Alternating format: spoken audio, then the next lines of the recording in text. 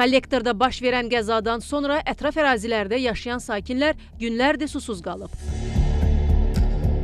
Söhbət paytaxtın Xətai rayonu Enzes qəsəbəsi olaraq adlanan ərazisindən Rəşad Bağırov küçəsi 36 ünvanından gedir. Səhər su gəlmir, axşam su gəlmir. Allah hamd olsun, irgəncilik deyib, Quran hamd olsun. O yuxarı verirlər, aşağı vermir. Elə şey olur. Burada da yaşayanlar var, xəstəsi var, qocası var, başdan dönür. Su daşımaqdan Allah hamd olsun, qollarımız qırılır. Mən xahiş edirəm, bu cəmaət burada susuzluqdan əziyyət çəkir. Evdə hamının qocası, yaşlısı, cavanı, xəstəsi, körpəsi var.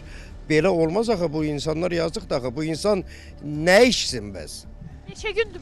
Xanım, bu 10 gündən artıqdır belədir. 10 gündən artıqdır. Bu cəmaət əziyyət çəkir.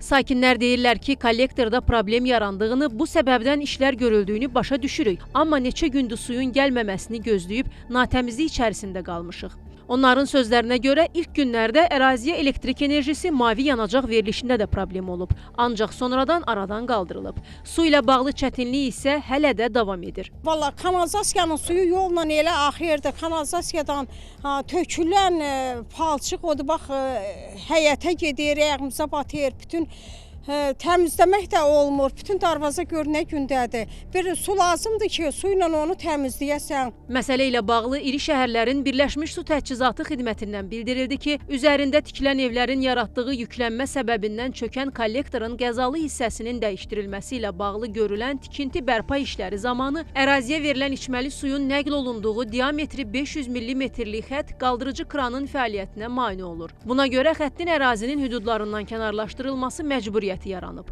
Xətt üzərində işlər aparıldığına görə suyun verilməsində müvəqqəti fasilə yaranıb.